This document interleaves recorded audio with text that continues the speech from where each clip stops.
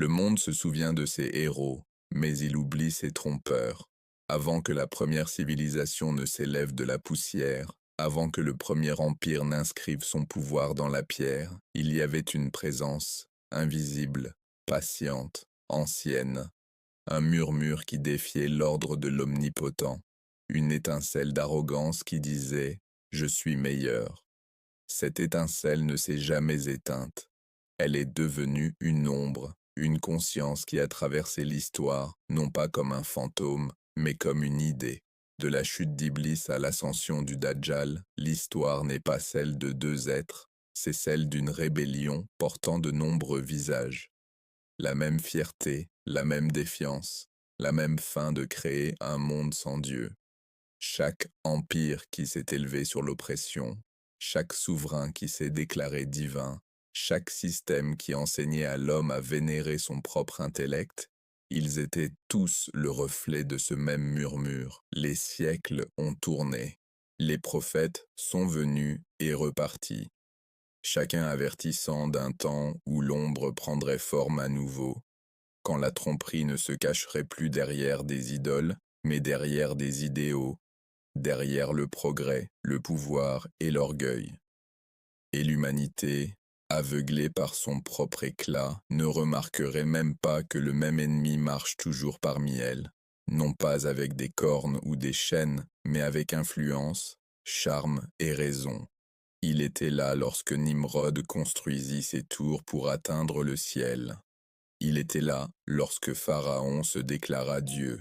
Il était là lorsque les peuples de Had, Thamud et Babylone transformèrent la vérité divine en mythe et le mythe en politique.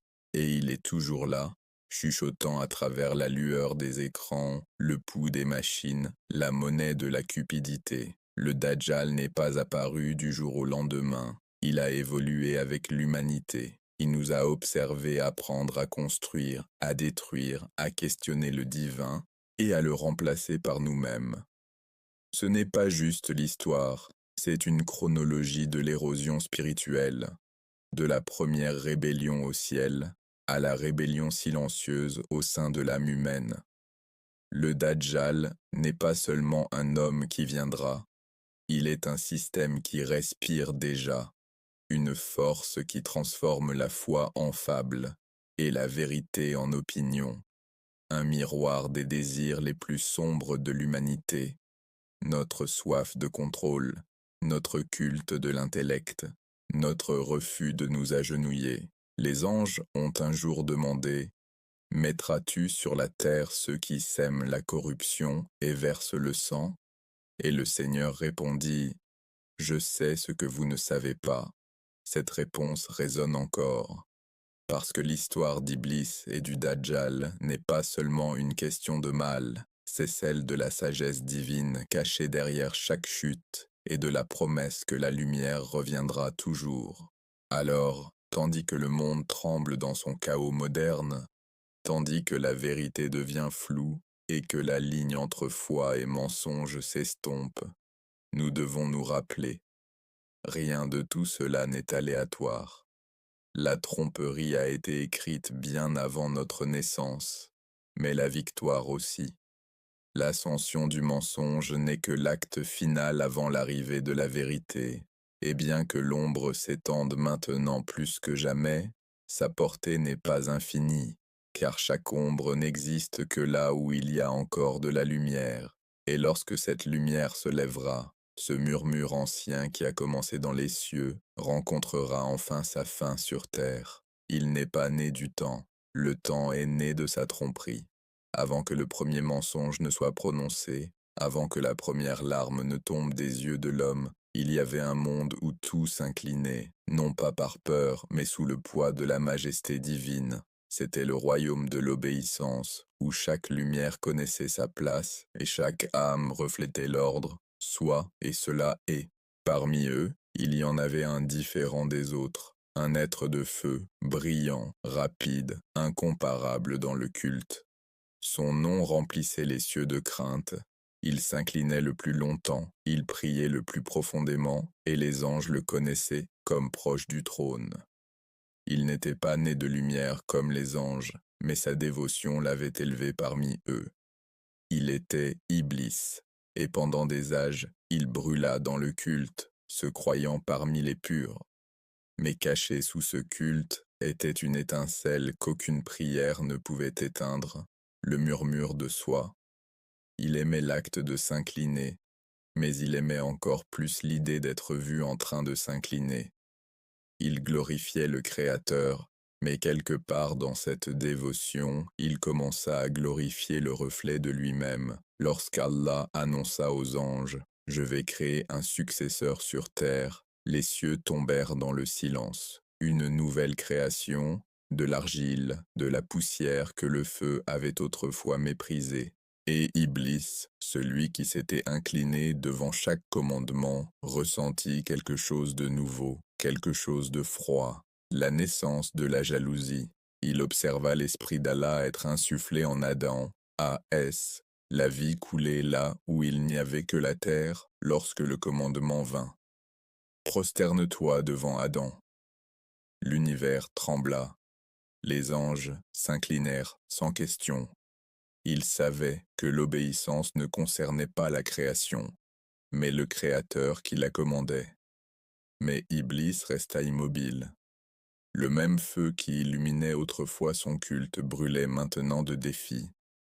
Il fixa Adam, cet être d'argile, cette création fragile, et dans son cœur, l'orgueil prit son premier souffle.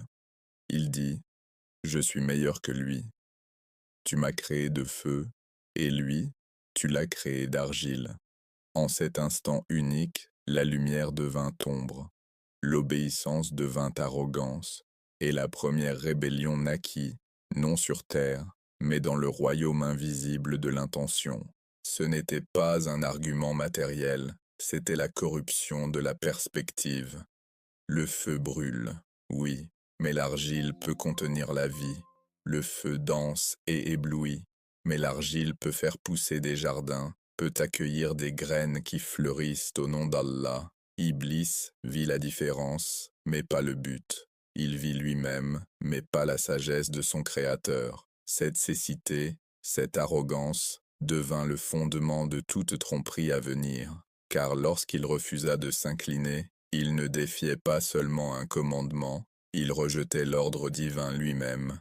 Et dans ce rejet, il fit un serment, non pas de détruire la création, mais de corrompre son cœur. Il dit, « Parce que tu m'as égaré, je les attendrai sur ton droit chemin.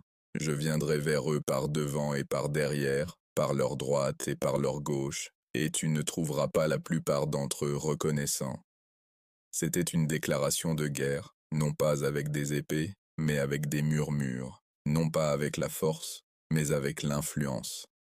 Il n'attaquerait pas le corps, il corromprait le cœur. Il n'interdirait pas la prière, il la remplirait d'orgueil. Il ne détruirait pas la foi, il la diluerait jusqu'à ce qu'elle ne signifie plus la soumission. C'était la naissance de la tromperie. La première rébellion ne s'est pas terminée avec la chute d'Iblis, elle commença là. Il porta son feu dans les ombres du temps, jurant de planter ce même orgueil dans le cœur de chaque génération. Et c'est ainsi que la graine du Dajjal fut semée, non pas dans la terre, mais dans le sol invisible de l'arrogance. Le monde n'avait pas encore commencé son histoire, et déjà, sa fin s'écrivait. Parce qu'une fois que l'idée de « je suis meilleur » entra dans la création, elle résonnerait à travers les rois, les prêtres, les nations, et enfin un homme qui l'incarnerait pleinement. Mais avant que cet homme n'apparaisse, avant que ce visage final de l'orgueil ne prenne forme, l'histoire de l'arrogance devait voyager à travers les siècles, à travers les empires, à travers les cœurs humains. Et ainsi commença le voyage de la lumière à l'obscurité, non pas parce que la lumière disparut, mais parce que l'orgueil enseigna à la création à s'en détourner. Lorsque Iblis fut chassé, les cieux ne pleurèrent pas, ils tremblèrent. Car la chute d'un être si proche n'était pas une chute de distance, mais d'essence. Il ne descendit pas de la hauteur à la profondeur, il descendit de l'obéissance à la défiance. Il n'était plus le adorateur de la lumière, il devint l'architecte de l'illusion. Et avec cette chute, la guerre pour l'âme de l'humanité commença. À partir de ce jour, chaque acte d'orgueil, chaque cœur qui dit « je mérite plus », chaque voix qui murmure « pourquoi lui, pas moi ?» fait écho à la première rébellion.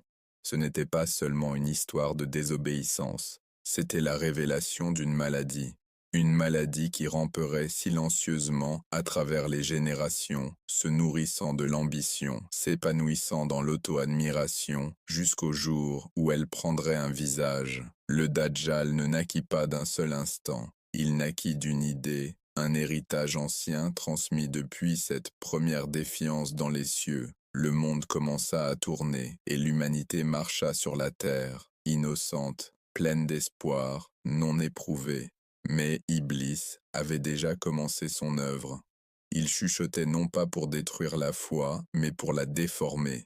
Il enseigna à l'humanité à ne pas rejeter Dieu ouvertement, mais à construire des idoles en son nom, à transformer l'adoration en vanité, à transformer la gratitude en droit acquis. Et les premières civilisations commencèrent, construites non sur l'humilité, mais sur l'illusion de grandeur.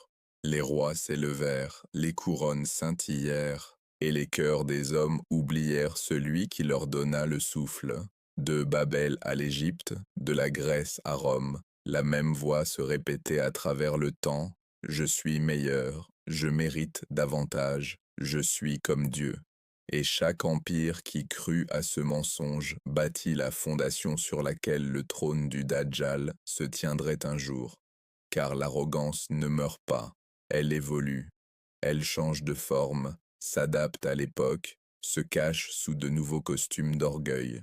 Ce qui commença comme la défiance d'un être devint la culture de nations entières, et derrière chaque empire tombé, l'ombre d'Iblis souriait, car il savait qu'il n'avait pas besoin de détruire l'homme, il lui suffisait de le faire adorer lui-même. Chaque prophète venu avertit de cette ombre. Chacun ramena l'humanité à l'humilité d'Adam, à la prosternation du cœur, à la soumission devant le Créateur. Mais l'arrogance d'Iblis murmura à nouveau « Pourquoi devriez-vous vous soumettre? Vous êtes fort, vous êtes libre, vous êtes votre propre maître. » Et ainsi, l'humanité marcha dans le même cercle, création, ascension, orgueil, chute. Encore et encore, jusqu'à ce que les leçons soient oubliées et que l'arrogance devienne normale. La maladie d'Iblis avait mûri, elle avait appris à se cacher sous le langage du progrès, sous les couronnes et les trônes, sous les philosophies et la science.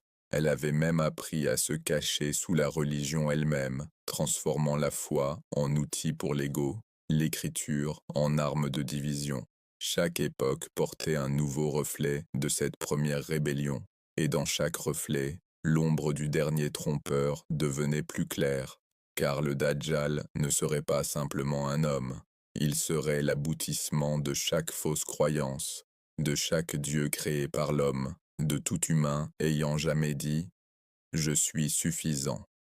Les anges s'étaient jadis inclinés devant Adam, non pas à cause de qui il était, mais à cause de ce qu'il représentait, le potentiel d'obéissance, de soumission, de lumière divine habitant l'argile. Mais le Dajjal représenterait le contraire, l'argile prétendant être divine, l'homme revendiquant le trône du Créateur. Il serait l'incarnation finale de la promesse d'Iblis, qu'il mènerait l'humanité à s'adorer elle-même. Et même maintenant, le monde se dirige vers ce destin. Chaque génération s'éloigne davantage de l'humilité et se rapproche de l'orgueil déguisé en progrès. Chaque invention, chaque idéologie, chaque rébellion contre l'ordre divin est un pas de plus vers le jour où l'arrogance n'aura plus besoin de chuchoter. Elle se tiendra devant le monde et parlera les mêmes mots, la même défiance, le même poison qui a tout commencé. Et lorsque ce moment viendra, le Dajjal n'introduira pas un nouveau mensonge, il répétera simplement le plus ancien jamais prononcé, car en fin de compte, toute tromperie revient à son origine, à ce moment où un être fait de feu regarda un être fait d'argile et osa dire « Je suis meilleur ». Et cela, Jani, fut le moment où la première lumière s'éteignit, le moment où l'orgueil prit forme, le moment où l'ombre du Dajjal naquit. Le premier souffle du Dajjal fut le murmure de l'orgueil qui disait « Je suis meilleur ». Lorsqu'Iblis fut chassé des cieux, il ne disparut pas, il commença à construire. La chute ne fut pas la fin de son royaume, ce fut son commencement, car il savait que pour défier le divin, il ne pouvait pas faire la guerre dans les cieux, il la mènerait sur la terre, à travers les cœurs des hommes. Il regarda l'humanité, les enfants de celui devant qui il refusa de s'incliner, et il jura de ne pas les détruire par la force, mais de les corrompre par des murmures. Il apprit la patience, et au fil du temps, il commença à tisser son héritage, un héritage de tromperie, une lignée non de chair, mais d'idéologie. Les empires surgirent, des royaumes naquirent, et à chaque époque, Iblis ne chercha pas les trônes d'or, mais les trônes dans les cœurs.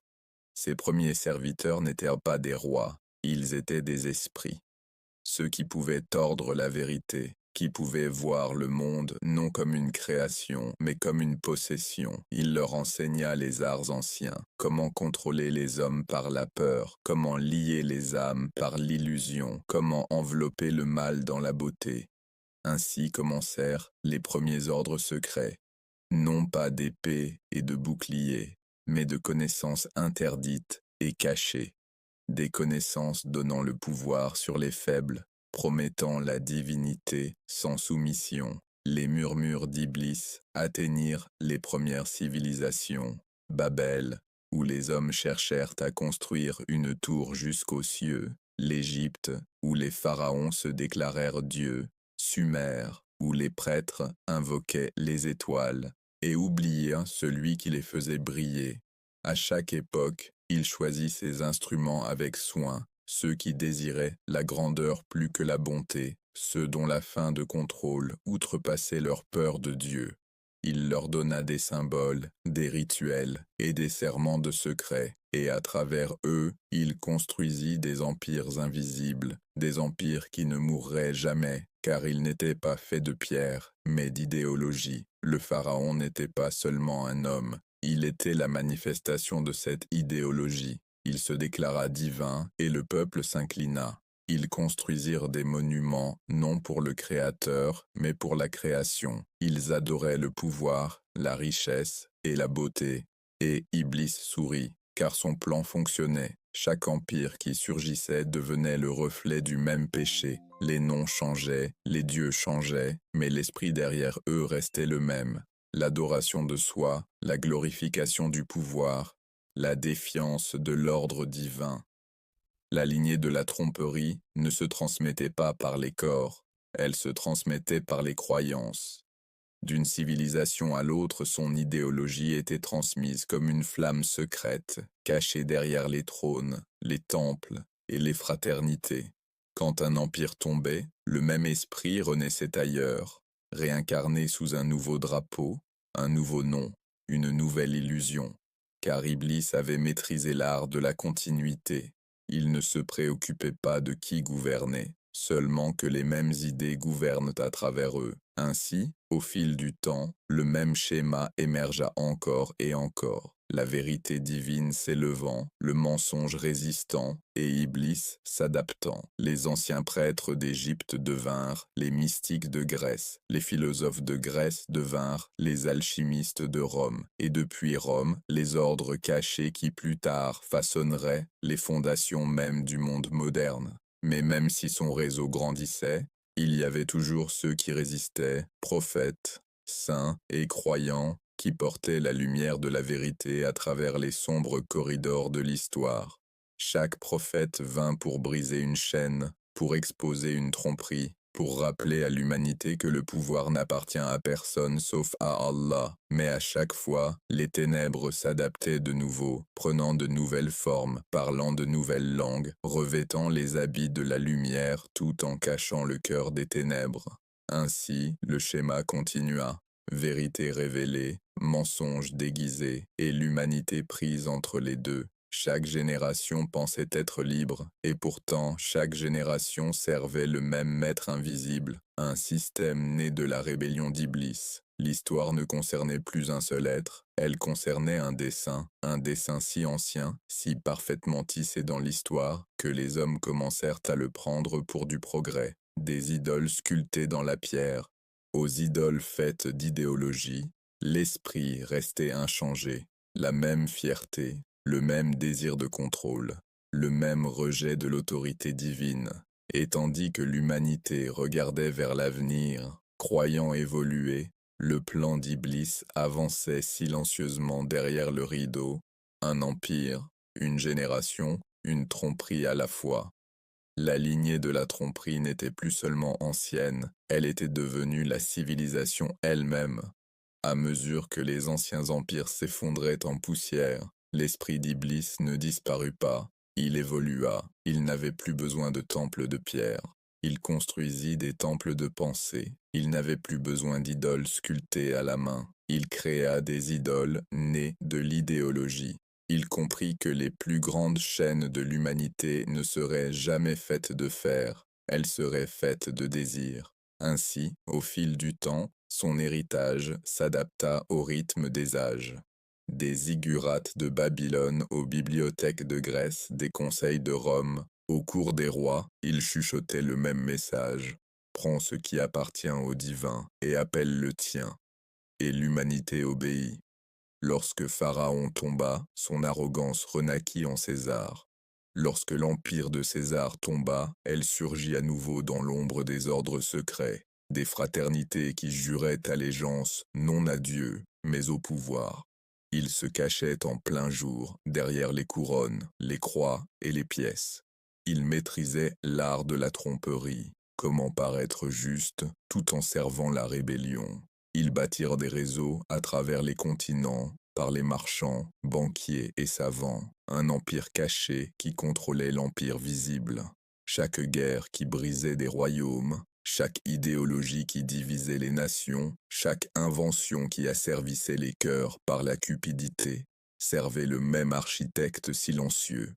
Les ténèbres ne portaient plus de cornes, elles portaient l'intellect.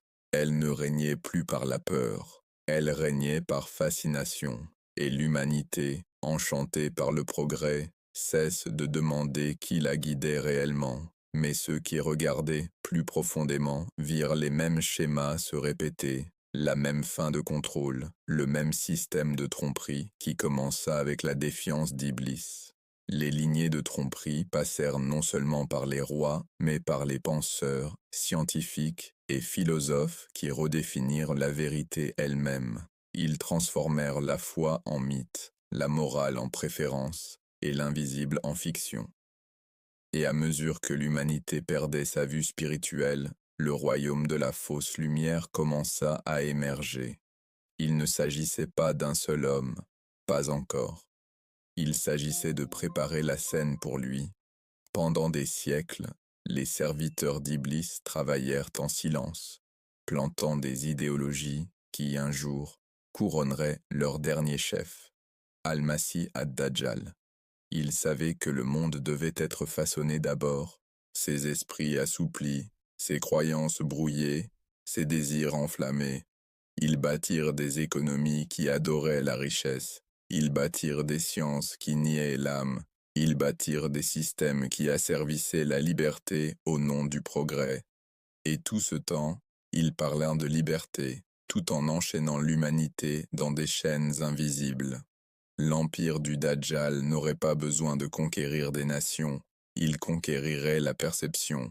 Il régnerait non depuis un trône, mais depuis les écrans, les esprits et les cœurs de chaque être humain.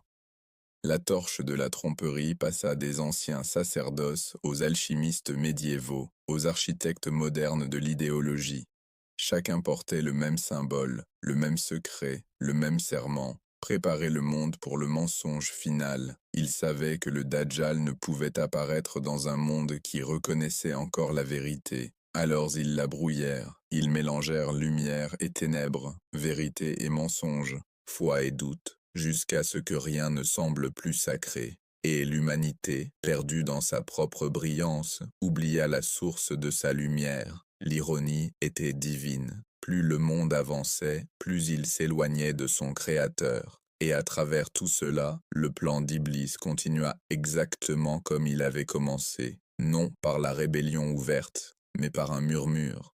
Son plus grand tour n'était pas de rendre les hommes mauvais, mais de les faire croire qu'ils n'avaient plus besoin de Dieu.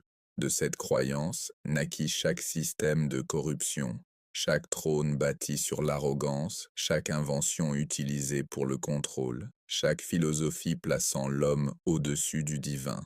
La lignée de la tromperie n'a jamais concerné la lignée de sang, elle concernait la loyauté. Loyauté envers l'orgueil, la rébellion, l'illusion de l'autodivinité. Et aujourd'hui, nous voyons le fruit de cette graine ancienne, un monde uni, non sous la vérité, mais sous un système qui adore la rébellion même qui a tout commencé.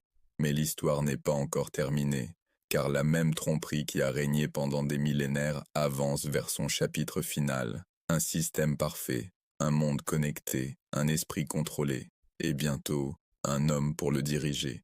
Il ne s'élèvera pas de la poussière, il s'élèvera du dessein. Il ne commencera pas son histoire, il complétera la leur. Et lorsqu'il prendra son trône, le monde se souviendra de ce qu'il avait autrefois oublié, que chaque mensonge conduisait à ce moment. Il ne régna pas avec des armées, il régna avec des idées. Il y eut un temps où l'humanité s'inclinait uniquement devant le Créateur, où chaque souffle, chaque lever du soleil, chaque goutte de pluie était un rappel de sa miséricorde. Mais au fil des siècles et de la chute des empires, l'homme commença à oublier celui qui lui avait donné la couronne. Il se regarda dans le miroir et vit un Dieu lui renvoyer son regard. La première idole n'était pas en or, elle était faite d'égaux. Lorsque Nimrod construisit sa tour pour atteindre les cieux, il ne cherchait pas la proximité de Dieu, il cherchait à le remplacer. Lorsque Pharaon déclara « Je suis votre Seigneur, le Très-Haut », il ne s'adressait pas seulement à son peuple, il faisait écho à l'ancienne défiance d'Iblis. Le schéma commença bien avant le Dajjal, une chaîne d'arrogance s'étendant depuis l'aube de la rébellion jusqu'au cœur des hommes qui croyaient pouvoir gouverner le destin lui-même. Chaque civilisation se croyait immortelle. Chaque génération croyait avoir transcendé le besoin divin. Mais chaque fois que l'humanité s'adora elle-même, elle tombait plus profondément dans les ténèbres, et Iblis souriait, car sa plus grande victoire n'était jamais dans la destruction, mais dans la tromperie. Il savait que si l'homme oubliait le Créateur, il commencerait à adorer la création. Ainsi, les idoles évoluèrent avec le temps.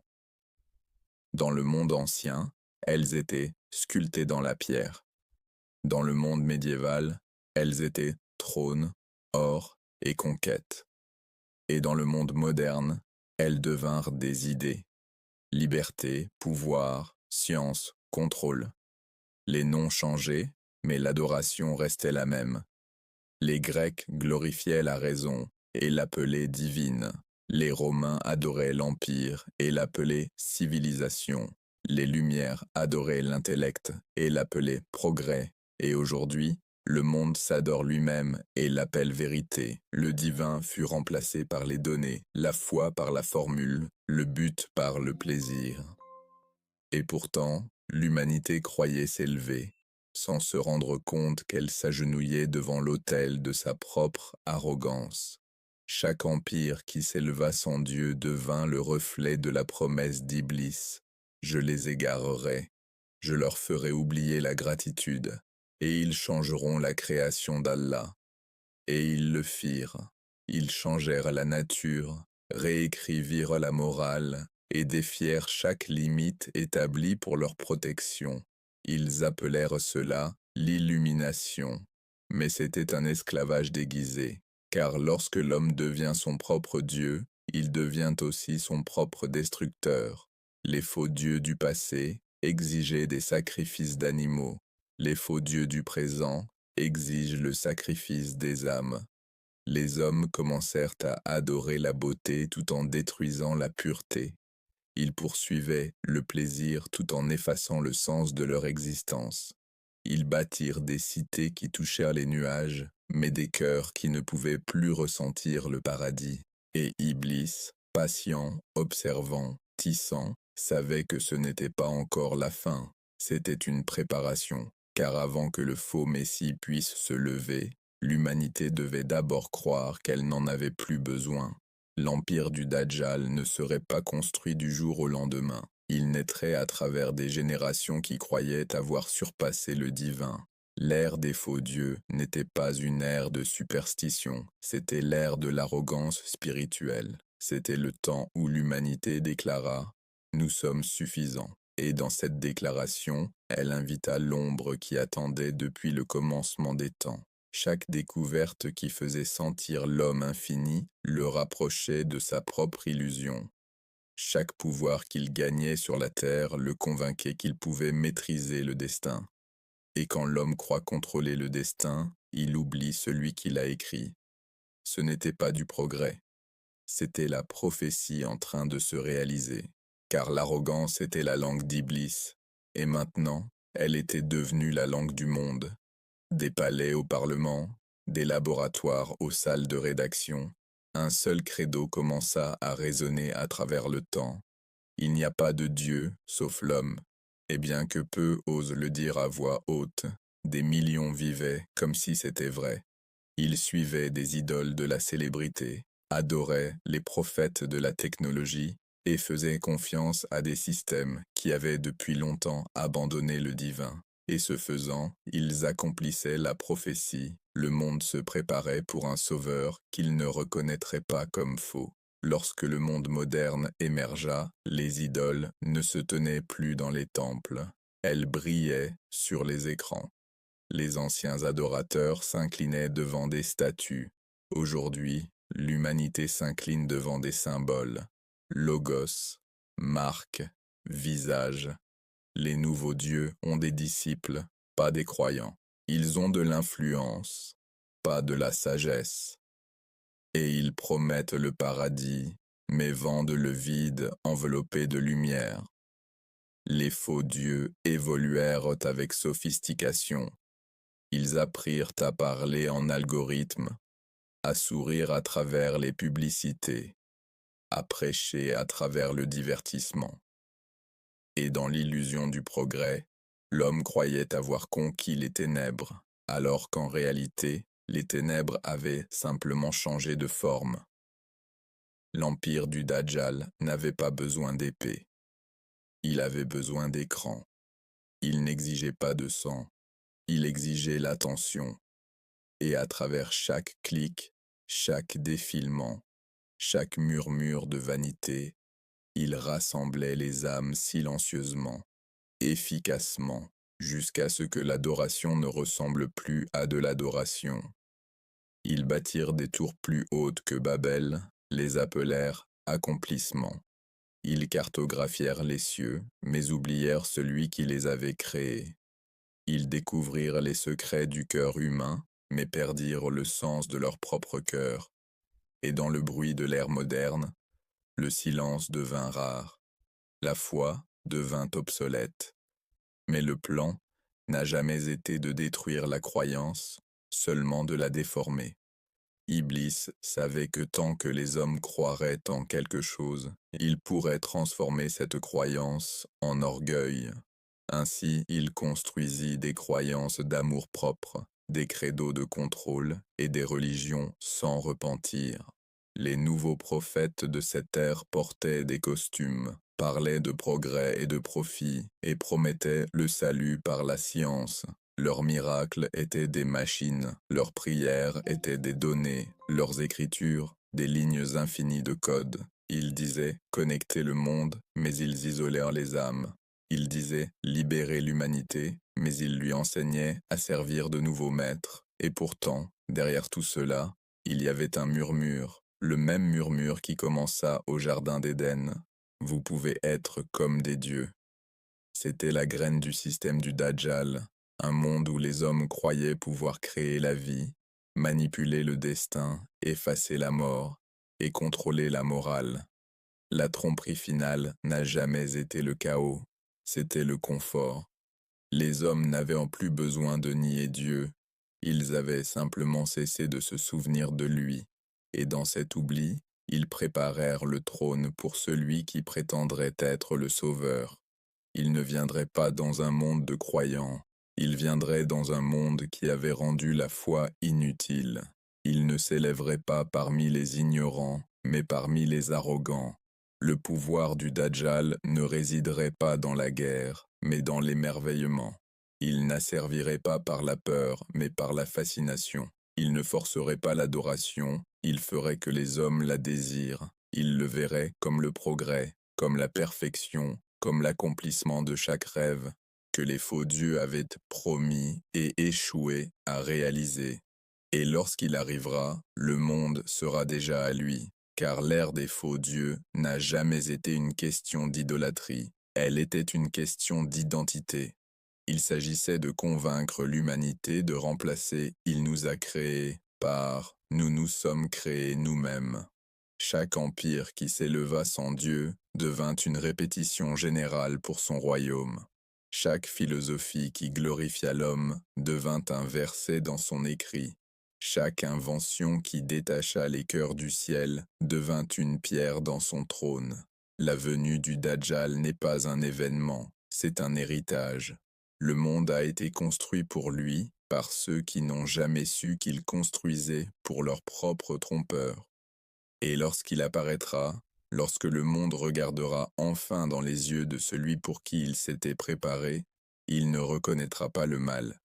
Il se reconnaîtra lui-même, car le Dajjal n'est pas seulement un être, il est le miroir de l'orgueil de l'humanité. Il est le reflet de chaque civilisation qui dit « Nous sommes maintenant des dieux ».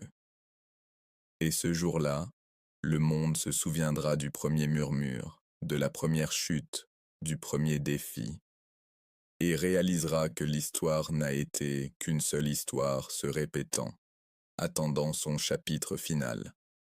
Avant que le faux Messie ne puisse s'élever, l'humanité devait oublier le vrai.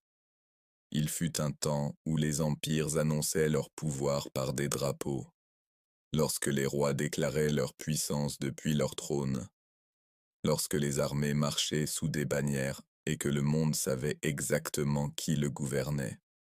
Mais aujourd'hui, le pouvoir n'a pas de visage.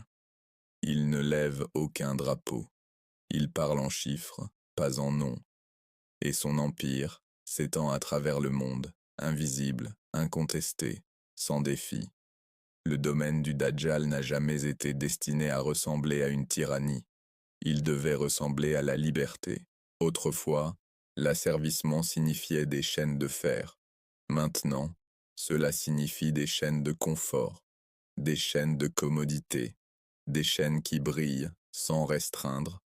L'empire qui fut construit pour lui n'avait pas besoin de couronne, il avait besoin de systèmes, et le plus puissant de ces systèmes était le contrôle sans conscience. Il apprit que l'esprit, lorsqu'il est guidé doucement, peut devenir plus obéissant que n'importe quel esclave. Alors il créa un monde où l'obéissance ressemblait à un choix, et la soumission ressemblait à du progrès. Chaque système commença innocemment, chacun promettant ordre, efficacité, prospérité. Mais derrière eux se trouvait un dessein bien plus ancien que tout gouvernement ou corporation, un dessein enraciné dans ce même murmure d'Iblis. Je les contrôlerai sans qu'ils le sachent. Le premier pilier de cet empire invisible était l'argent. Pas l'or, pas l'argent, mais le papier, puis les chiffres, puis les données. Un outil autrefois destiné à servir l'homme devint le maître de sa vie. Les économies montaient et tombaient non par la volonté du peuple, mais par des mains invisibles.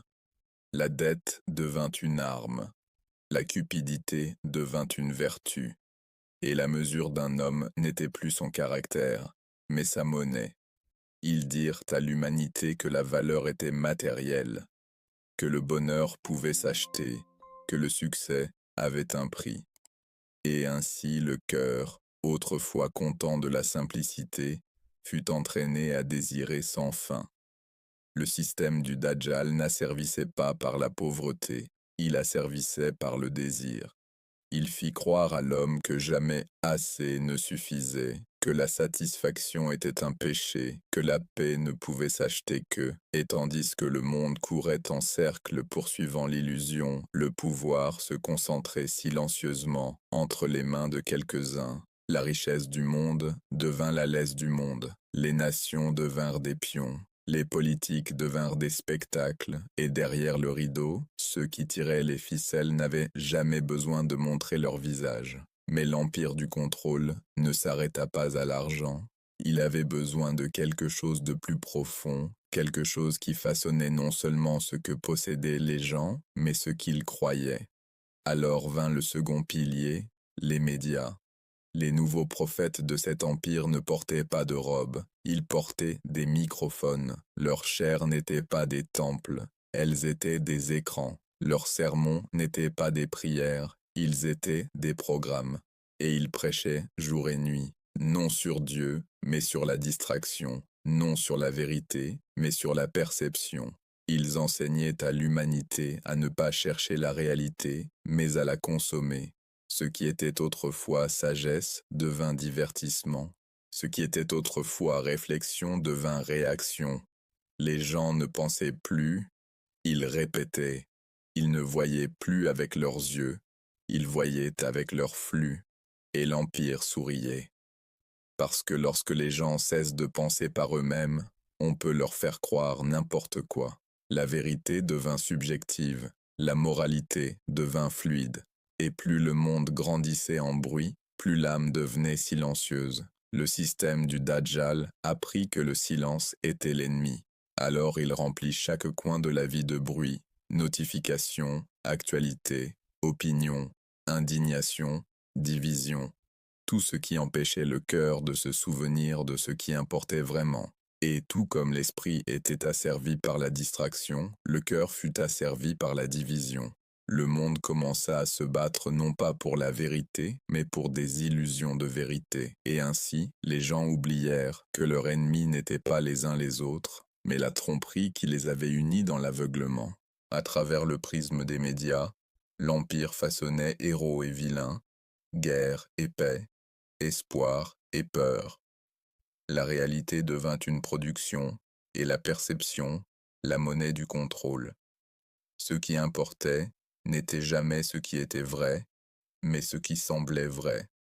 Et dans cet espace entre perception et réalité, le système du Dajjal construisit son trône. Il murmurait « Si je peux leur faire voir ce que je veux, ils vivront la vie que je choisis. » Le peuple appelait cela progrès, lui appelait cela pouvoir. Et dans ce nouveau monde, la foi devint moquée, la vérité devint optionnelle, et la moralité devint une relique obsolète d'un âge oublié. L'empire du Dajjal ne s'éleva pas par la violence, il s'éleva par l'influence. Il ne conquit pas par la guerre, mais par le récit. Il ne détruisit pas les bâtiments, mais le sens. Et tandis que les nations se battaient pour des frontières, il redessinait les frontières de la croyance elle-même. C'était le génie de son dessein, faire croire au monde que le mal viendrait avec des cornes, alors qu'il était toujours venu vêtu de lumière. Et dans cette illusion, l'humanité fut préparée pour la prochaine étape de son domaine, la forme de contrôle la plus subtile, la plus complète, la plus inévitable. L'empire qui ne porte pas de couronne n'a pas été construit pour gouverner les corps, il a été construit pour gouverner les esprits. Et bientôt, il irait plus loin, dans l'étape finale, le contrôle de la vérité elle-même, parce qu'une fois la vérité contrôlée, tout le reste suit. La première phase fut économique, la seconde, les médias, mais la troisième, la plus dangereuse de toutes, fut la conquête de la vérité elle-même. Car lorsque la vérité peut être modifiée, lorsque la réalité peut être fabriquée, lorsque les gens commencent à douter même de leur propre perception, alors le contrôle devient absolu. L'empire du Dajjal le savait. Il avait compris que le pouvoir sur la vérité est plus grand que le pouvoir sur les armées. Alors il construisit un nouveau type de champ de bataille, non pas combattu avec des armes, mais avec l'information. L'histoire commença à changer, non par le temps, mais par la réécriture. Les récits des prophètes devinrent des mythes, les miracles d'Allah devinrent des métaphores, la foi devint une superstition, et la morale devint un choix personnel. Ils dirent, il n'y a ni bien ni mal, seulement des perspectives. Et dans cette seule phrase, ils effacèrent la base même de la guidance. Des générations grandirent en sachant tout, sauf pourquoi elles vivaient.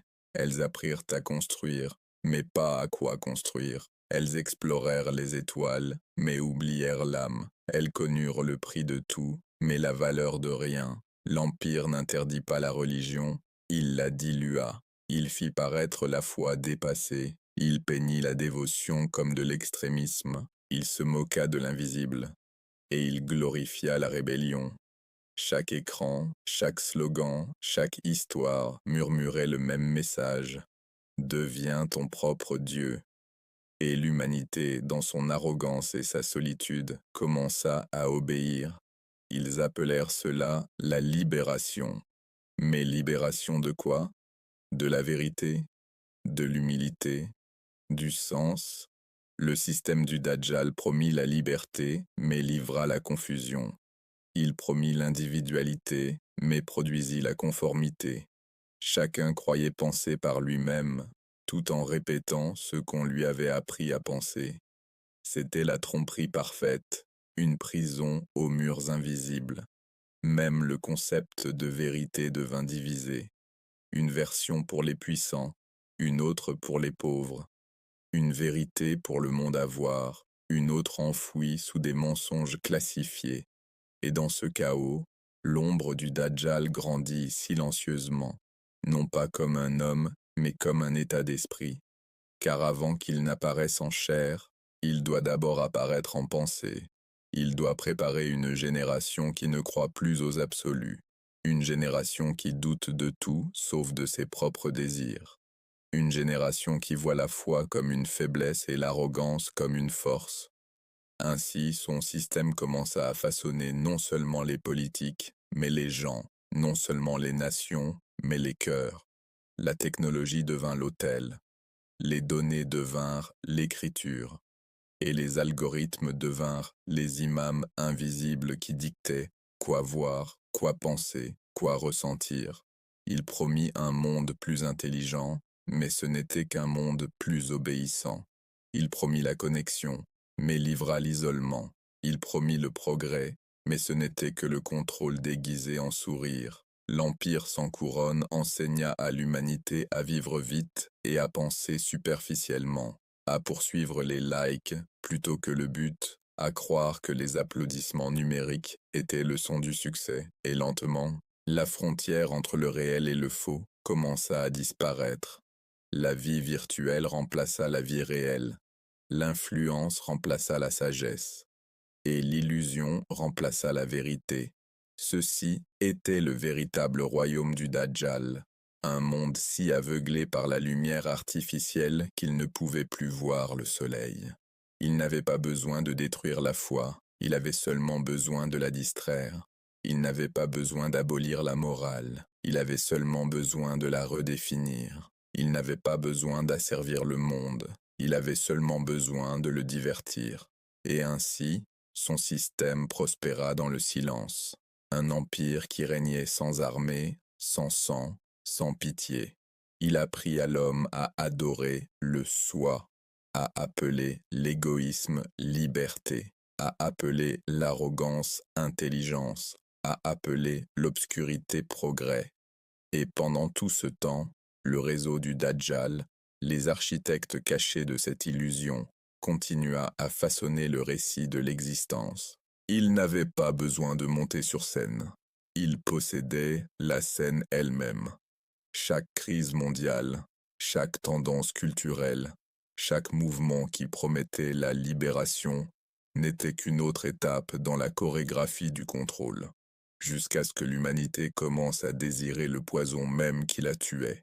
Et lorsque les gens finirent par questionner le vide, le système offrit un nouveau sauveur, un qui semblerait apporter l'équilibre, restaurer la paix, guérir la division. Mais sa paix ne viendrait pas du ciel, ses miracles ne seraient pas divins, et sa lumière serait la plus brillante des ténèbres jamais vues. Ce sera le moment où l'illusion prendra forme, où la tromperie marchera sur la terre, où le système invisible deviendra chair, et le monde, déjà formé à suivre le faux, l'accueillera comme la vérité. Car d'ici là, l'empire de la tromperie aura achevé son chef-d'œuvre, une civilisation incapable de distinguer l'illusion de la réalité.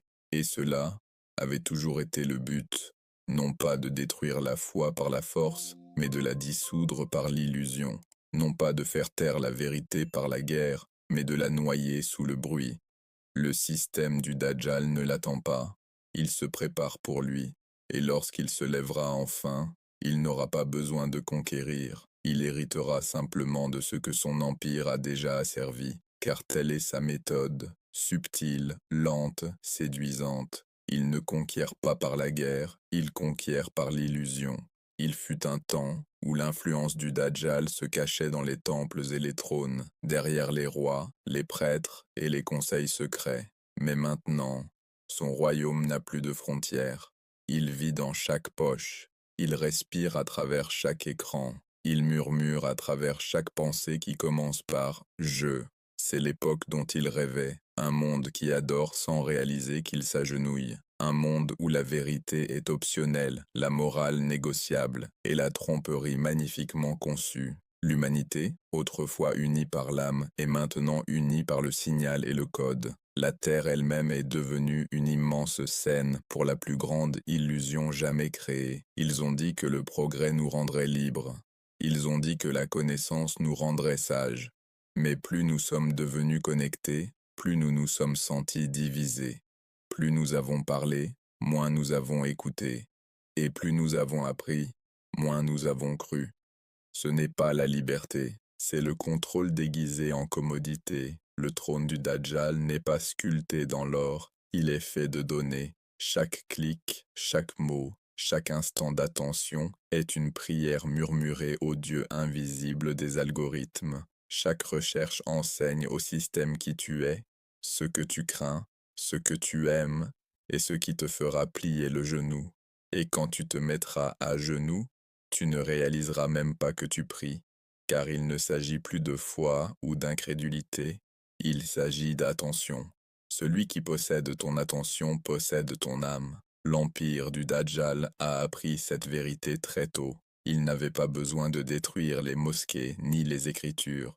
Il lui suffisait de rendre l'humanité trop distraite pour les ouvrir.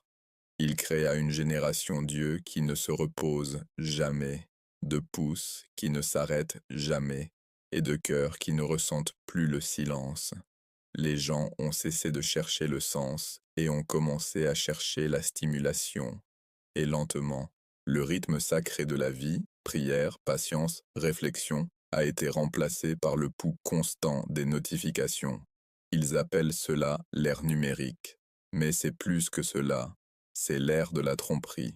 Une époque où la réalité est modifiée, où les mensonges sont vendus comme la liberté, et où la foi est moquée comme une philosophie dépassée, et le monde applaudit. Plus le mensonge est fort, plus il devient tendance. Plus l'âme est vide, plus elle gagne d'abonnés. Et dans ce cirque de vanité, la vérité chuchote, mais personne n'écoute. C'est ainsi que son trône fut bâti, non avec des armées, mais avec l'addiction, non par la guerre, mais par la distraction. Car l'arme du Dajjal n'est pas l'épée, c'est l'écran.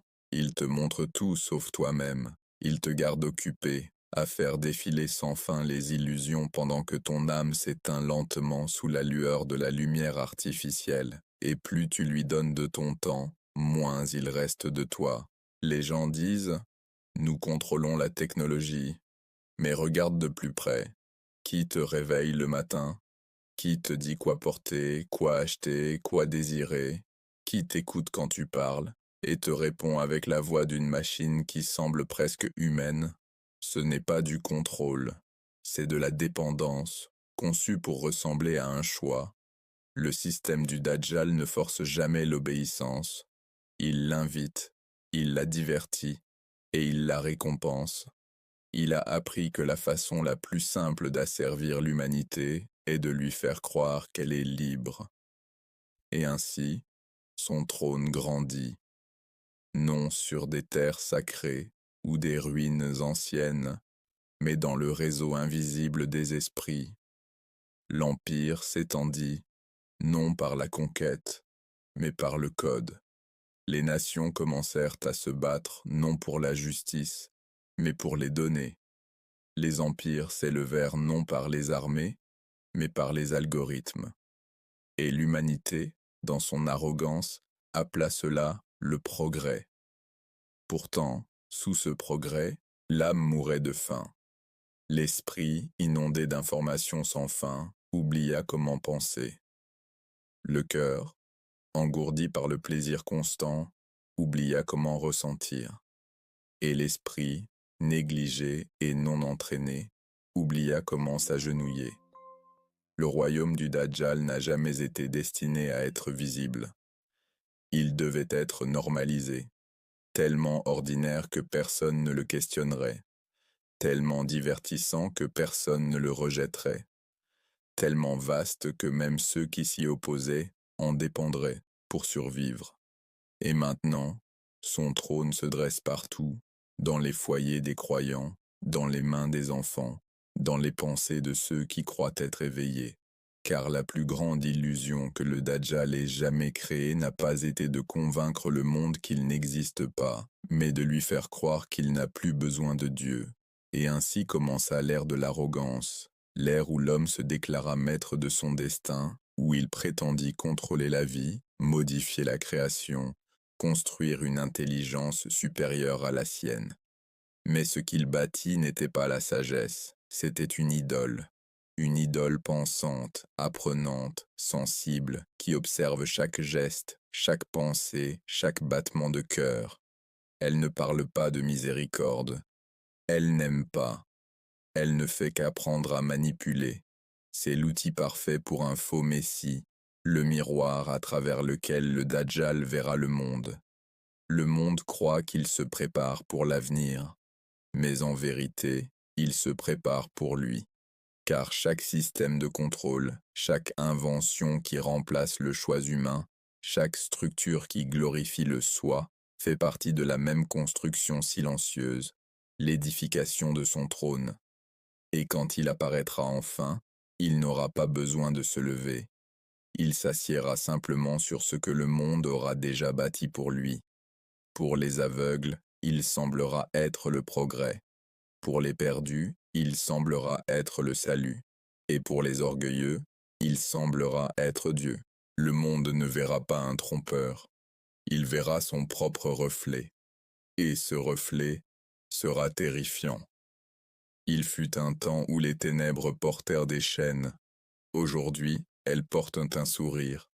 Elles promettent la facilité, le confort et le contrôle. Mais elles prennent la seule chose qui rendait l'homme humain, son choix. Regarde autour de toi. Les idoles ont changé de nom, mais elles ne sont jamais parties. Elles ne réclament plus l'adoration dans les temples. Elles réclament l'attention à travers les écrans. Elles ne se tiennent plus sur des autels. Elles brillent dans les paumes. Partout où tu tournes les yeux, un nouvel évangile est prêché. Un évangile du soi, une religion de l'ego. Il dit: crois en toi-même, suis ton cœur, poursuis ta vérité. Mais que se passe-t-il quand chaque cœur croit être Dieu? C'est ainsi que le monde a été préparé pour lui. Un monde où la vérité n'est plus sacrée, mais subjective, où chaque âme crée sa propre moralité, et où chaque désir devient une loi. Le Dajjal n'a pas besoin de détruire la religion, il a seulement besoin de la noyer dans une mer d'opinions sans fin.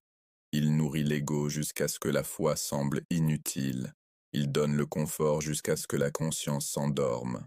Il inonde l'esprit de savoir et vide le cœur de sens. Ce n'est pas un monde sans religion, c'est un monde avec 1000 fausses religions. Chaque personne, un prophète de sa propre illusion. Et dans ce vacarme sans fin, la voix de la vérité devient faible. Le Coran devient une décoration. La prière devient une routine, et le rappel devient un souvenir. Il ne combat pas les croyants, il les rend occupés, trop occupés pour réfléchir, trop fatigués pour se repentir, trop distraits pour ressentir. Il comprend ce que la plupart ne comprendront jamais, que la façon la plus simple d'aveugler une âme est de garder ses yeux ouverts tout le temps. Alors il a bâti un monde qui ne dort jamais. Un monde où la nuit n'est qu'une illusion, un monde de stimulation constante, où le silence semble être une punition et la solitude une mort. Et dans cette tempête de bruit sans fin, l'esprit s'étouffe. Pourtant, l'homme, dans son arrogance, appelle cela le progrès. Il célèbre ses propres chaînes, les peint en or et les appelle liberté. Il ne voit pas qu'il est devenu ce qu'il craignait autrefois. Une création qui vit sans but, consomme sans limite et obéit sans question. Le système du Dajjal n'a pas d'armée parce qu'il n'en a pas besoin. Ses soldats sont invisibles. Ce sont des tendances, des symboles, des monnaies et des pensées. Il ne conquiert pas des terres, il conquiert des esprits. Il ne détruit pas des nations, il les reprogramme. Et le monde obéit, non pas parce qu'il le doit, mais parce qu'il le veut. C'est cela, la perfection de la tromperie. Une esclavage qui ressemble à un choix, une soumission qui ressemble à une puissance, et des ténèbres qui ressemblent à la lumière. Il a réécrit la réalité elle-même. Les gens mesurent désormais leur valeur, non pas par leur âme, mais par leur écran, non pas par leur vérité, mais par leurs abonnés, non pas par ce qu'ils donnent, mais par ce qu'ils affichent. Chaque clic nourrit l'empire, chaque tendance renforce l'illusion, chaque désir comblé approfondit le rêve dont nul ne peut s'échapper. Et à travers ce rêve, la voix du Dajjal devient plus forte, non pas à travers des mots, mais à travers l'influence. Il ne parle pas aux oreilles, il parle au désir. Il dit à l'homme que Dieu n'est plus nécessaire, que le paradis peut être bâti avec la technologie, que la mort peut être vaincue, que la création peut être modifiée, que la moralité peut être réécrite, que le paradis peut être programmé. Et l'homme le croit, parce que cela flatte son orgueil. Il oublie que l'orgueil fut le premier péché, la première rébellion, le premier murmure qui a tout commencé. D'Iblis dans l'invisible au Dajjal dans le visible, c'est le même mensonge raconté par des langues différentes. Tu n'auras plus besoin de lui, tu seras comme lui. Voici le monde dans lequel nous vivons maintenant. Un monde qui loue la rébellion comme une illumination, confond le péché avec la liberté et appelle la foi faiblesse. Chaque système construit aujourd'hui, chaque institution de tromperie, chaque idéologie qui se moque de la loi divine, fait partie de son empire. Brique par brique, cœur par cœur, le monde a été reconstruit à son image. Les signes ne viennent pas, ils sont déjà là. Les faux miracles de la technologie, la vie artificielle créée par l'homme, le pouvoir de voir et de tout contrôler, ce ne sont pas des avancées, ce sont des répétitions. Car lorsqu'il viendra, il n'accomplira pas de nouveaux miracles. Il utilisera ce que le monde a déjà créé pour lui. Le monde a créé les outils de sa tromperie, il a écrit son script, il a construit sa scène, il ne reste plus qu'à faire entrer l'acteur. Et lorsqu'il le fera, le monde ne verra pas un trompeur, il verra un sauveur. Il applaudira, ne tremblera pas. Il suivra, ne questionnera pas. Car le plus grand piège de la tromperie est de te faire croire que tu es trop intelligent pour être trompé. Ainsi, la prophétie approche de son dernier souffle. Les systèmes sont prêts, les esprits sont formés, les cœurs sont engourdis, la scène est dressée. Et quand il marchera dessus, personne ne demandera « Qui est-il » Ils demanderont seulement « Où dois-je signer ?» Car le Dajjal n'a pas besoin de conquérir un monde qui le sert déjà. Il doit seulement se révéler à une humanité qui a depuis longtemps accepté son trône. Et c'est cela, la plus grande tragédie de toutes, que le monde n'attend pas qu'il vienne. Il marche déjà dans son ombre. La tromperie se répandit comme une tempête, recouvrant le monde d'un voile si épais que même la vérité elle-même semblait un mythe. Chaque nation s'était inclinée devant le trône invisible, chaque cœur distrait par 1000 lumières. Mais même dans cette obscurité suffocante brillaient de petites flammes obstinées, des âmes qui refusaient d'être consumées. Elles n'étaient pas nombreuses, elles ne possédaient ni richesse ni pouvoir, mais elles détenaient quelque chose que le Dajjal ne pourrait jamais toucher, la clarté. Alors que le monde se noyait dans le bruit, elles écoutaient le silence. Tandis que d'autres couraient après les ombres, elles cherchaient la lumière. Et tandis que l'humanité oubliait le nom de son Créateur, elles le murmuraient dans les profondeurs de la nuit jusqu'à ce que leur cœur commence à briller. C'étaient celles dont le prophète avait parlé, les étrangers, les rares, les porteurs de flambeaux de la vérité, quand le mensonge entourerait la terre. Elles ne portaient pas de couronne, ni ne se tenaient sur des scènes. Leur pouvoir était invisible, leur force inébranlable. Elles ne portaient pas d'armes, mais chaque prière qu'elles prononçaient était une frappe contre la tromperie. Chaque acte de miséricorde était une rébellion contre l'empire de l'illusion, car elles avaient appris quelque chose que le monde avait oublié. On ne combat pas les ténèbres par l'argument, on ne peut que les dissiper par la lumière. Et ainsi, elles devinrent cette lumière. Leurs cœurs n'étaient pas parfaits, mais ils étaient sincères. Leurs yeux voyaient encore la beauté du monde, mais n'oubliaient jamais qui l'avait peinte. Leurs lèvres bougeaient avec le dhikr, même entourées de chaos. Et leurs âmes, même fatiguées, savaient que la patience n'était pas une faiblesse, c'était la foi en mouvement. Le système du Dajjal tenta de les posséder. Il leur offrit la facilité, la gloire, le plaisir. Mais elles sourirent et se détournèrent, car elles avaient vu la vérité sous les paillettes. Elles reconnaissaient que l'illusion est bruyante, mais que la vérité parle doucement. Elles comprenaient que la lumière ne crie pas pour être remarquée, elle brille simplement. Dans un monde obsédé par le paraître, elles choisirent d'être. Dans un monde qui vendait la vérité pour le profit, elles la protégèrent en silence. Et lorsque la foule se prosterna devant le mensonge, elles ne se prosternèrent que devant Allah. Leur cœur était guidé par quelque chose d'ancien, un rappel écrit avant le temps. Et parce qu'elles se souvenaient de lui, il se souvenait d'elles. Leur vision perçait à travers les écrans, à travers les mensonges, à travers les systèmes de contrôle. Elles voyaient le monde tel qu'il était, une épreuve déguisée en confort, une tromperie déguisée en progrès, et leur clarté terrifiait le trompeur. Car malgré tout son pouvoir, tout son contrôle, toute sa maîtrise de l'illusion, il ne pouvait toucher ce qui était pur. Il ne pouvait toucher l'âme qui s'était déjà soumise à la vérité. Il ne pouvait corrompre un cœur qui aimait Allah plus que lui-même. Ces croyants étaient ceux qui avaient été annoncés, ceux qui resteraient fermes quand la foi deviendrait comme tenir du feu, ceux qui s'accrocheraient à l'invisible quand le monde visible exigerait leur adoration. Ils ne seraient pas les plus bruyants, ils ne seraient pas les plus admirés, mais ils seraient inconnus par le paradis. Et tandis que le monde se moquait d'eux, les anges écrivaient leurs noms en lumière.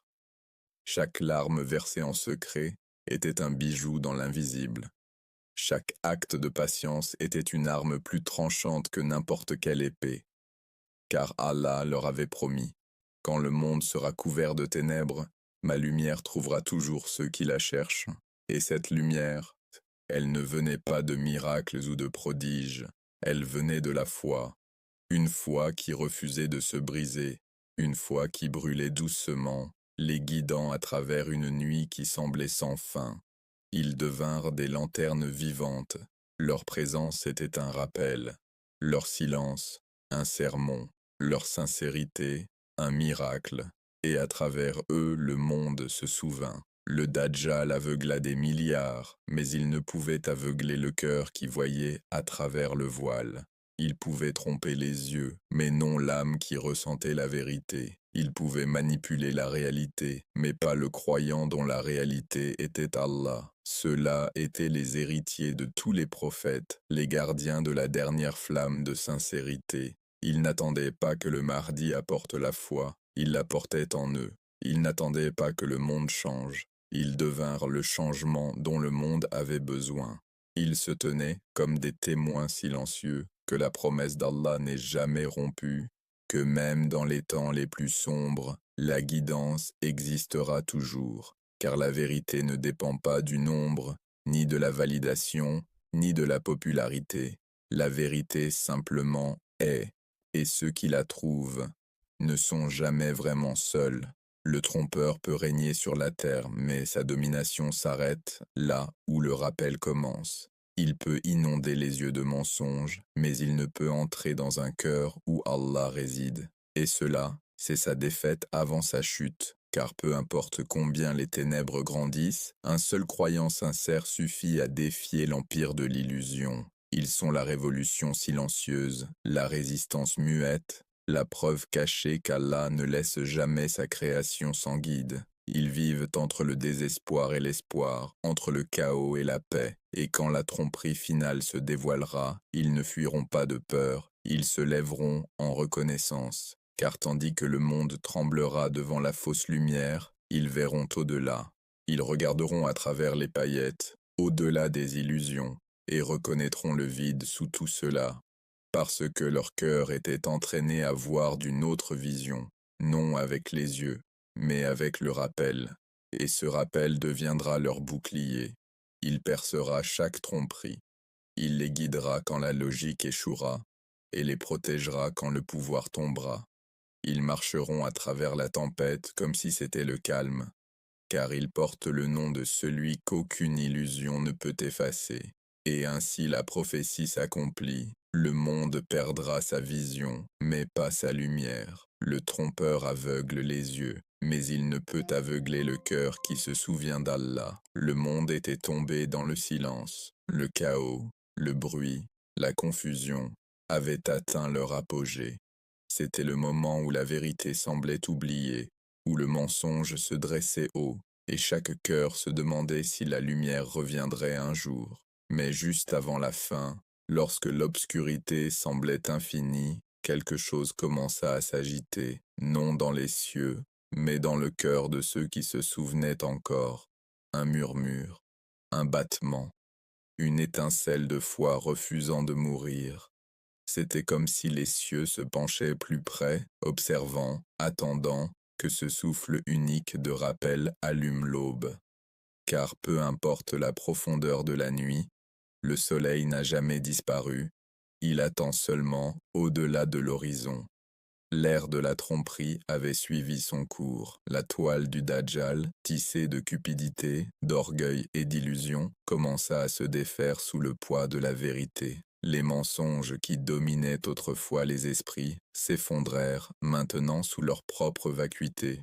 Les empires bâtis sur la tromperie s'écroulèrent comme du sable devant la marée, et des ruines de l'arrogance s'éleva le parfum du repentir.